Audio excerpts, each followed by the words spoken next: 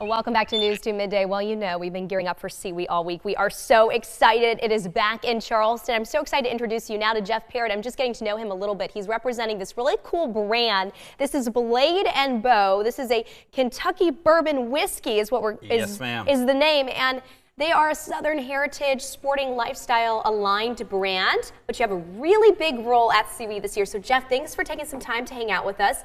Tell us more about your product and what we got in front of us. Awesome. So we are a straight Kentucky bourbon whiskey from an old historic distillery called Weller. Okay. About 6 miles from downtown Louisville. We came out with the brand about 10 years ago, built on the kind of the history and the legacy of the distillery itself.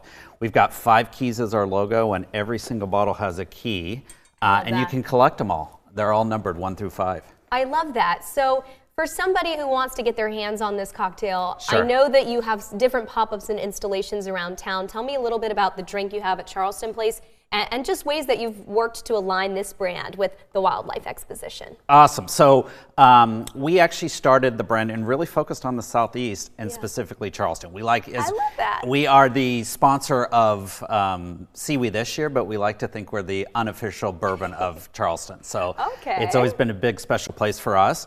And through that journey, we got to know people in the sporting life community and actually built ourselves in that. We've done a lot with Garden and Gun magazine. They actually made this beautiful box for us. This is great. Yeah. And so we've always been a part of SEWE in some capacity, but this year we're proud to be one of the sponsors. And you were telling me about the Pleasant Pheasant. The Pleasant Pheasant, What is that? So we are at Charleston Place in the Rotunda. We're with Brackish, so we did a custom cocktail with them, which tasted fantastic. I think you had it yesterday. Yes. And then we're also all around town. So we're at the Dewberry, we're at Halls, we're at By the Way, we're at Leon. So we're at all the good places that we like to go. We love to have you here in such a big way. Feel your presence around town. It's really cool when small, unique brands choose to make Charleston a little bit of their home as well.